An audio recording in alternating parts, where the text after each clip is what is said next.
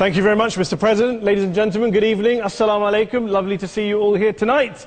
We are having a very entertaining night, are we not, with some very interesting things being said from the other side of the house tonight. Let me begin by saying, as a Muslim, as a representative of Islam, I would consider myself an ambassador for Islam, a believer in Islam, a follower of Islam and its Prophet. So, in that capacity, let me begin by apologizing to Anne-Marie for the Bali bombings. I apologize for the role of my religion and me and my people, for the killing of Theo van Gogh, for 7/7. Yes, that was all of us. That was Islam, that was Muslims, that was the Qur'an. I mean, astonishing claims to make in the very first speech tonight, on a day like today, where the Conservative Prime Minister of the United Kingdom is having to come out and point out that these kind of views are anathema. And I believe you're trying to stand for the Labour Party to become an MP in Brighton.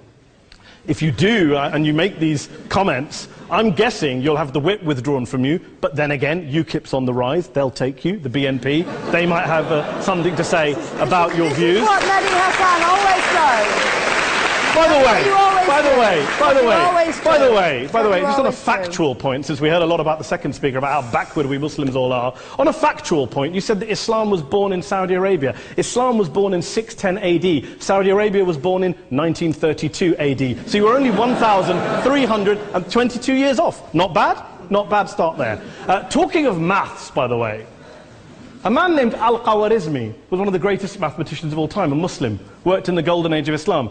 He's the guy who came up with not just algebra, but algorithms. Without algorithms, you wouldn't have laptops. Without laptops, Daniel Johnson tonight wouldn't have been able to print out his speech in which he came to berate us Muslims for holding back the advance and intellectual achievements of the West, which all happened without any contribution from anyone else other than the Judeo-Christian people of Europe. In fact, Daniel David Levering, the author of the Pulitzer Prize-winning historian and author of The Golden Crucible, points out that there would be no Renaissance, there would be no Reformation in Europe without the role played by Ibn Sina and Ibn Rushd and some of the great Muslim theologians, philosophers, scientists in bringing Greek texts to Europe. As for this being our university, I will leave that to the imagination as to who is our and who is there. I studied here too. An astonishing set of speeches so far making this case tonight.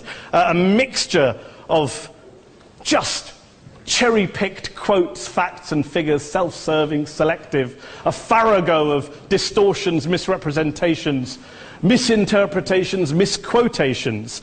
Daniel talked about my article in the New Statesman, which got me a lot of flack, where I talked about the anti-Semitism that is prevalent in some parts of the Muslim community, which indeed it is. Of course, I didn't say in that piece that it was caused by the religion of Islam. In fact, modern anti-Semitism in the Middle East was imported from, finish the sentence, Christian, Judeo-Christian Europe, where I believe some certainly bad things happened to the Jewish people. In fact, Tom Friedman, Jewish-American columnist in the New York Times, told me in this very chamber last week that he believed, had Muslims been running Europe in the 1940s, 6 million extra Jews would still be alive today. So I'm not going to take lessons in anti-Semitism from someone who's here to defend the Judeo-Christian values of a continent that murdered 6 million Jews.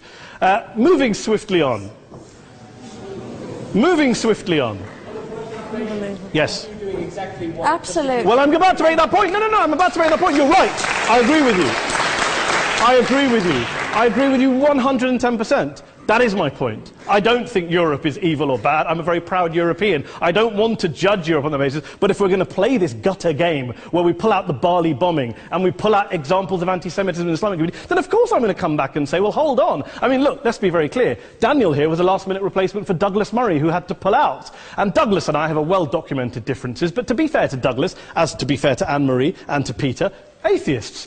Atheists see all religions as evil, violent, threatening. What the problem I have with Daniel's speech is that Daniel comes here to run this robust defense of Christianity, forgetting that his fellow Christians, people who said they were acting in the name of Jesus, gave us the Crusades, the Spanish Inquisition, the anti-Jewish pogroms, European colonialism in Africa and Asia, the Lord's Resistance Army in Uganda, not to mention countless arson and bomb attacks on abortion clinics in the United States of America to this very day. I would like a little bit of humility from Daniel first before he begins lecturing other communities and other faiths on violence, terror and intolerance. But, no thank you. Some water. But I would say this, to address the gentleman's very valid point here, I'm not going to play that game. I don't actually believe that Christianity is a religion of violence and hate because of what the LRA does in Uganda or what Crusaders did to Jews and Muslims in Jerusalem when they took back the city in the 12th or 13th or whatever century it was.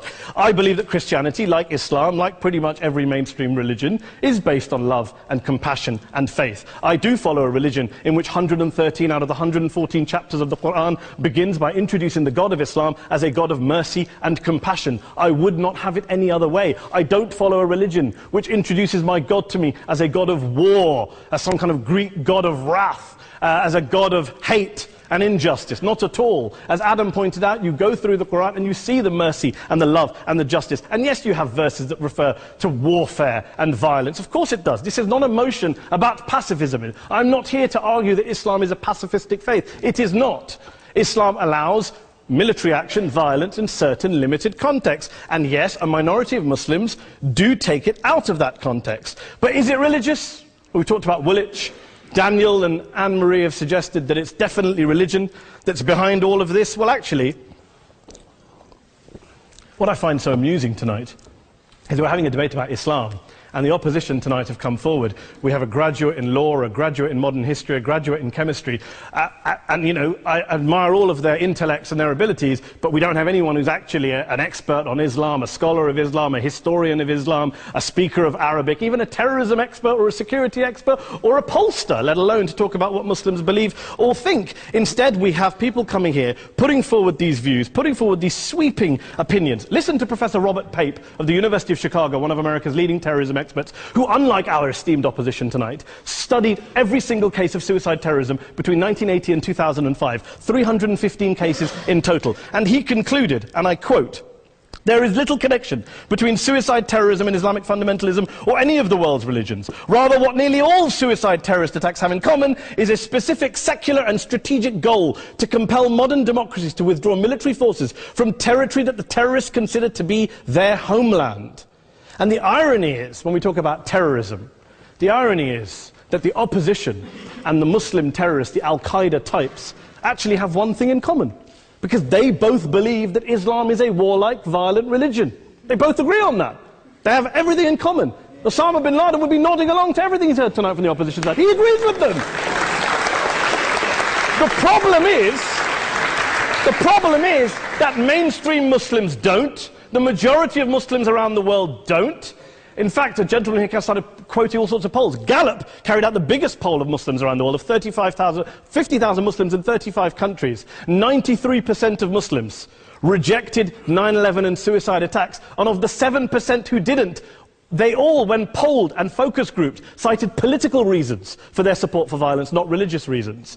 And as for Islamic scholars and what they say, well, Daniel talks about our University of Oxford. We'll go down to Oxford Centre for Islamic Studies, get hold of a man named Sheikh Afifi al-Akiti, who is a massively well-credentialed and well-respected Islamic scholar, who has studied across the world, who in the days after 7/7 published a fatwa denouncing terrorism in the name of Islam, calling for the protection of all non-combatants at all times, and describing suicide bombings as an innovation with no basis in Islamic law. Go and listen to Sheikh Tahir al-Qadri, one of Pakistan's most famous Islamic scholars, who published a 600-page fatwa condemning the killing of all innocents and all suicide bombings unconditionally without any ifs or buts.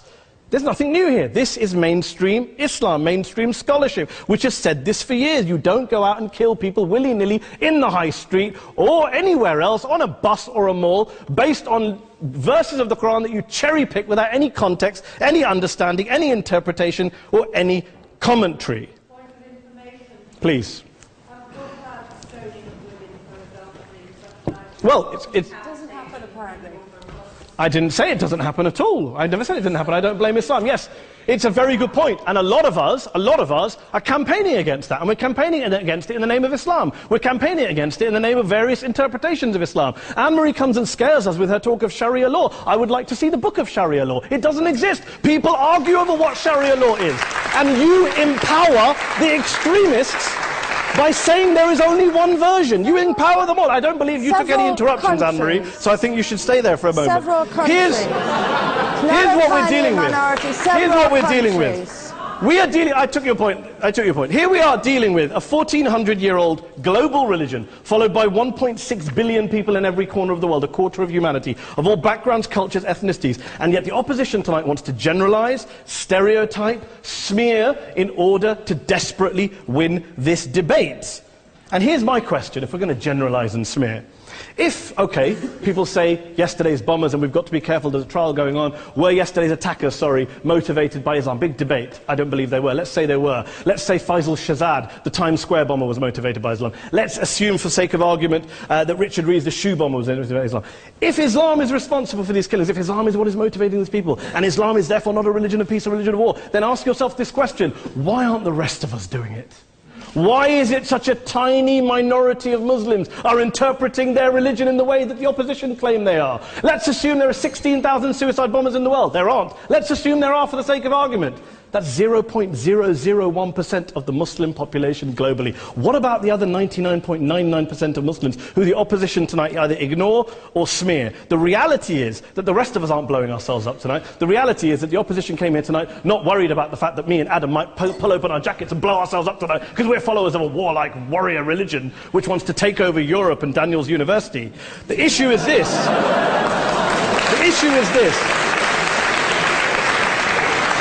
Unless the opposition can tell us tonight, and Peter Atkins is here, one of our great atheist intellectuals, can tell us tonight, they can answer this question tonight: why don't the vast majority of Muslims around the world behave as violently and aggressively as a tiny minority of politically motivated extremists? Then they might as well give up and stop pretending they have anything relevant to say about Islam or Muslims as a whole. Ladies and gentlemen, let me just say this to you. Think about what the opposite of this motion is.